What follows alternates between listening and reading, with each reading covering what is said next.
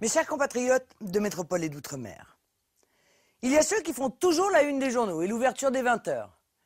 Et puis il y a les Français qui sont invisibles, oubliés. Les Français qui n'intéressent pas les politiques de gauche et de droite, qui n'ont pas droit aux projecteurs des médias ni à une quelconque aide publique. Ces Français invisibles savent que je ne les ai jamais abandonnés.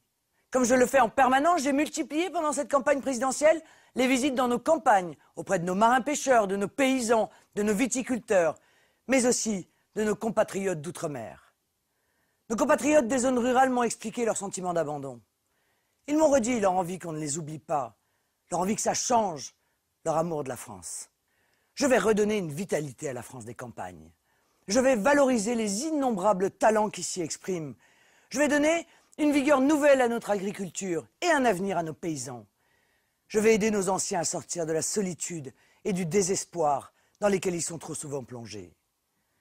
Mes priorités tiennent en quelques mesures immédiates et concrètes. Je mettrai fin au désengagement de l'État. La France des campagnes a besoin d'un État fort, d'un État qui revienne, qui fasse respecter la loi grâce à une gendarmerie qui cesse de fermer des brigades, grâce à des services publics de proximité, écoles, hôpital, transport, poste. Je cesserai les privatisations, je refuserai les directives européennes qui ruinent nos services publics et que la gauche et la droite, le centre aussi, ont toujours soutenu.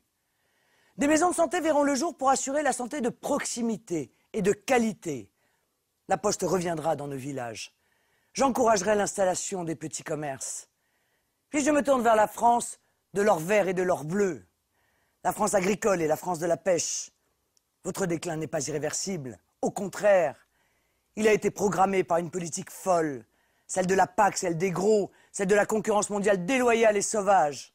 Je bâtirai une politique agricole française et une politique de la pêche française, pragmatique, qui protégera, qui visera à soutenir les petits, à aider les exploitations familiales et les jeunes qui s'installent.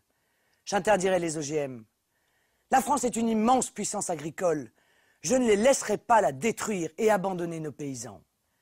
À nos viticulteurs et aux amoureux du vin, je le dis, je refuserai très clairement la libéralisation des droits de plantation et les concentrations souvent synonymes de chômage. Nos traditions rurales comme la chasse seront préservées, soutenues et non soumises aux diktats d'idéologues des grandes villes et de Bruxelles, coupées de toute réalité. Je me tourne vers l'ensemble de nos compatriotes. Les campagnes sont une partie de l'âme de notre beau et vieux pays.